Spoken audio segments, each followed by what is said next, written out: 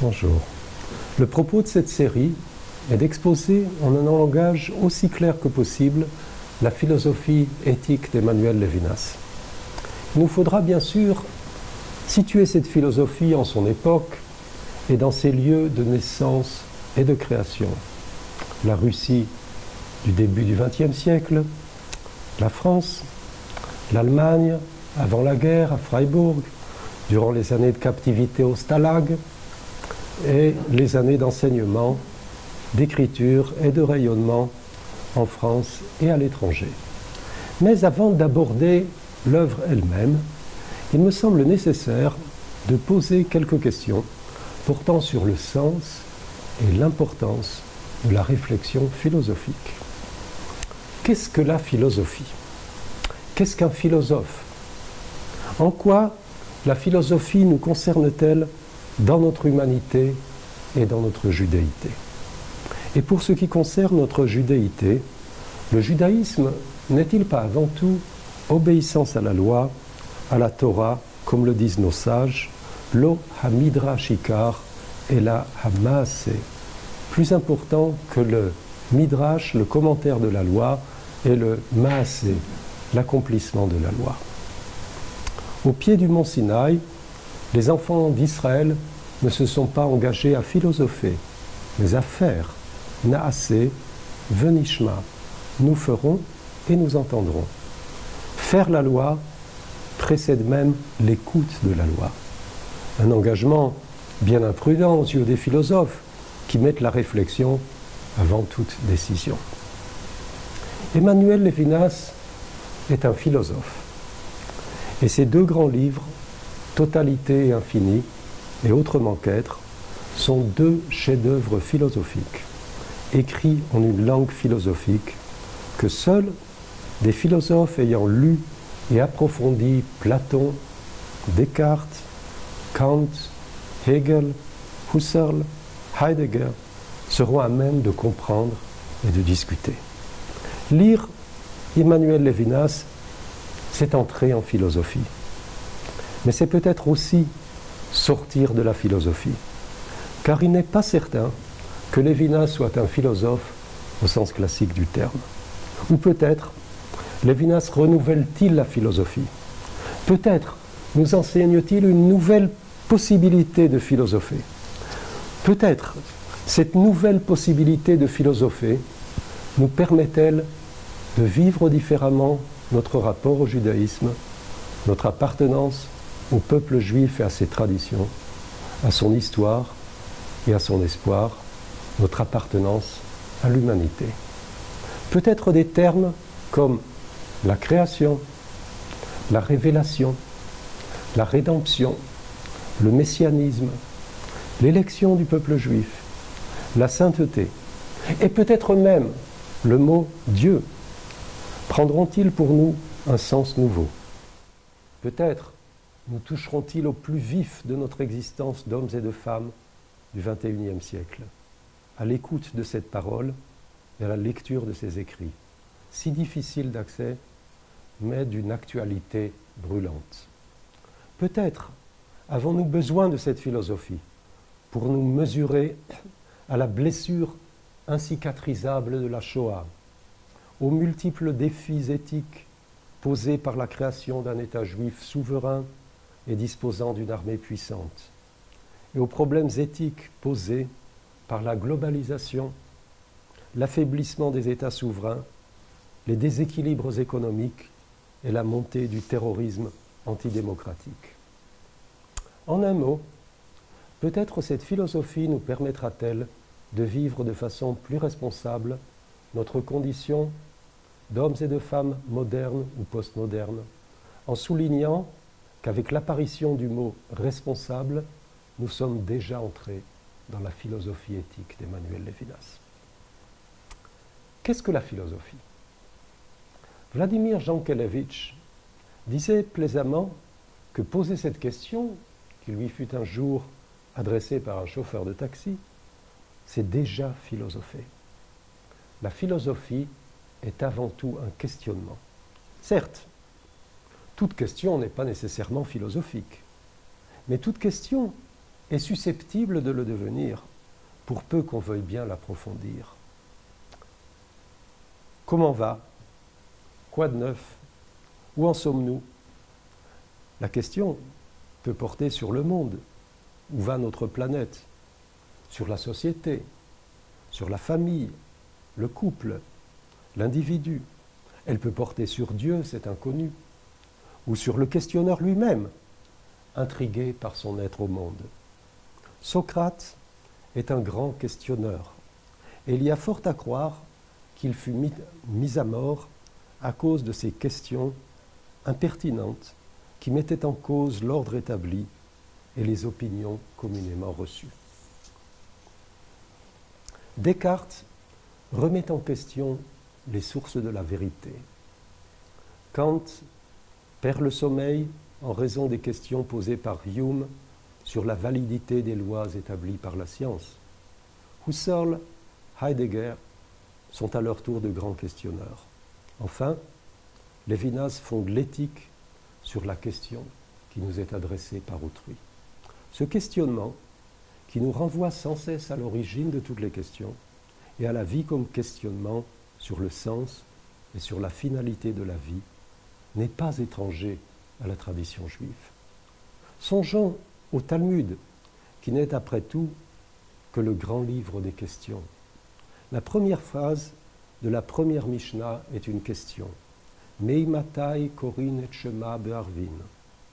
Là où la Torah écrite nous enjoint de réciter les versets du Shema chaque matin et chaque soir, la Mishnah demande « Depuis quand lit-on le Shema le soir ?» Le soir, le coucher, à vrai dire, sont des notions bien vagues qui demandent à être précisées. Et la première phrase du Talmud est une question sur cette question. Tana heicha kai de katani meimatai. Le Tana, l'auteur de la Mishnah, où se tient-il pour enseigner depuis quand? À quoi se réfère-t-il? Sa question suppose-t-elle d'autres questions? Ce que Husserl appellera les horizons multiples de chaque notion. Rashi introduit le lecteur au texte de la Torah par une question. Pourquoi, demande-t-il, la Torah commence-t-elle par Bereshit, le récit fait par Dieu de la création, et non pas par la première mitzvah? Ce mois-ci sera pour vous le premier des mois. La Torah n'est-elle pas mitzvah, injonction faite à l'homme de fixer un temps nouveau avec le renouvellement de la lune? Le Zohar commence sa lecture de Bereshit par une interprétation divine qui transforme ce nom en une question. Elohim. Le Zohar décompose les lettres du mot Elohim en mi ele.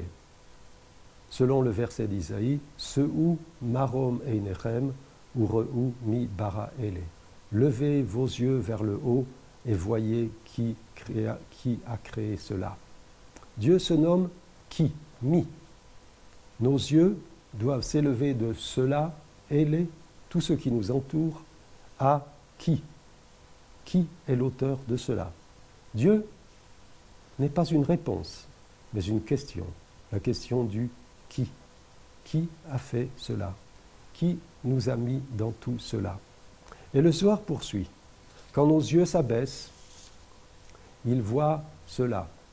Et la question se transforme du mi en ma. Quoi? Qu'est-ce que tout cela? Tout nous est question. La question se retournant vers le questionneur. Je cite ici le Zohar.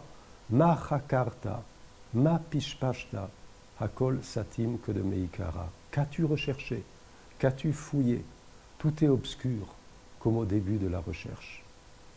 Si nous nous interrogeons sur les raisons de ce questionnement qui met en mouvement la philosophie, nous ferons un premier pas en direction d'Emmanuel Lévinas. Nous questionnons bien sûr par curiosité, comme le font les enfants, et comme le laisse entendre le verset de la Genèse, décrivant la façon dont Chava, Ève, se laisse convaincre par le serpent de manger le fruit interdit. Et la femme vit, dit le verset, que l'arbre était bon à manger, convoitise pour les yeux et agréable pour le savoir. Cet arbre désirable et interdit. D'autant plus désirable qu'il est le seul arbre interdit dans le jardin, est une question. Le savoir, la connaissance du bien et du mal est avant tout une question. Pourquoi cet arbre est-il interdit? Pourquoi Dieu nous en refuse-t-il la jouissance? L'homme est donc le vivant qui questionne. À la différence de l'animal, nous ne nous contentons pas de la satisfaction de nos besoins. Lisons Devarim, chapitre 8, verset 3. Lo ala lechem levado yirye ha-adam. L'homme ne vit pas seulement de pain, qui alcool motza pi Hashem yirye adam, mais de tout ce qui sort de la bouche de Dieu, c'est de cela que vit l'homme. Lévinas dira, le désir nous entraîne au-delà du besoin, au-delà de la satisfaction de nos besoins. Il nous amène à nous interroger sur l'au-delà, sur l'invisible. Le désir nous laisse, pour ainsi dire, sur notre faim et nous fait nous interroger sur notre fin, F-I-N, sur la finalité de notre vie. Nous alimentons notre soif de questions par la lecture des livres. Lévinas raconte ainsi son enfance. Au début du siècle, il est né en 1905 à Kovno. Lorsqu'on lui demande, l'intervieweur est ici François Poirier, qu'est-ce qui vous a amené à la philosophie? Il répond, je pense que ce sont d'abord mes lectures russes. C'est précisément Pouchkine, Lermontov, Dostoïevski, surtout Dostoïevski. Le roman russe, le roman de Dostoïevski et Tolstoï, me paraissait très préoccupé de choses fondamentales. Livre traversé, dit-il, par l'inquiétude religieuse, mais lisible comme quête du sens de la vie. Fin de citation. L'inquiétude est un autre nom pour la question. C'est une question qui ne nous laisse pas de repos. C'est une mise en question du train-train quotidien.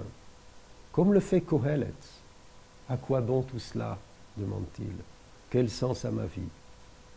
De la même façon, se demande le héros malheureux de Tolstoï dans son récit La mort d'Ivan Ilitch. Quel sens a ma vie? Lorsqu'il est frappé par la maladie et qu'il sent l'approche de la mort. Et Lévinas poursuit, l'amour-sentiment des livres, c'est certainement là mes premières tentations philosophiques. Les livres, certains livres, éveillent en nous l'inquiétude. Ils nous forcent à nous interroger sur le sens de la vie. Mais n'est-ce pas ce que fait le Créateur lorsqu'après la faute d'Adam, au début de Bereshit, il lui dit « Où es-tu » Ayeka. Dieu savait où se cachait Adam. Sa question signifie donc « Où en es-tu » Sais-tu où tu en es maintenant? T'es-tu même posé la question? Comme le dit Maurice Blanchot, ami et lecteur attentif d'Emmanuel Lévinas dans l'Entretien infini, page 188. C'est à Dieu qu'il incombe d'exprimer la question humaine par excellence. Où est l'homme? Comme s'il fallait, en quelque sorte, un Dieu pour que l'interrogation de l'homme puisse atteindre son altitude et son ampleur. Où es-tu? Où est l'homme? Cette question que Lévinas, enfant, découvre dans la Bible et dans le roman russe, c'est cette question que nous fera entendre Emmanuel Lévinas, comme la question éthique par excellence, la question posée par autrui, la question à laquelle on ne peut se dérober sans carence, à la fois question de l'homme et question de Dieu. Question que Lévinas nommera pré-philosophique. Elle précède l'étude et la lecture des livres de philosophie. Question pré-philosophique, si l'on veut, si l'on admet, mais c'est déjà une présupposition lévinassienne, que la philosophie ne commence pas avec la philosophie, mais dans la vie. La vie humaine, qui est toujours vie en communauté, dans une collectivité humaine, nous confronte à la question du sens, du en vue de quoi, du à quoi bon. Comme nous allons le voir, la lecture des textes philosophiques va amener Lévinas à réfléchir de plus en plus profondément à la question la plus profonde. Et cette question, comme nous allons le voir dans la suite de cette réflexion, n'est pas nécessairement celle posée par les livres de philosophie. Il se peut que d'autres livres, peu ou mal lus par les philosophes, aient des choses à nous apprendre sur cette question. À la fois question de Dieu, question par Dieu à nous adressée, ou question sur Dieu, question adressée par l'homme à Dieu, question que l'homme, mon prochain, m'adresse, question à laquelle je suis tenu de répondre du seul fait de notre commune humanité.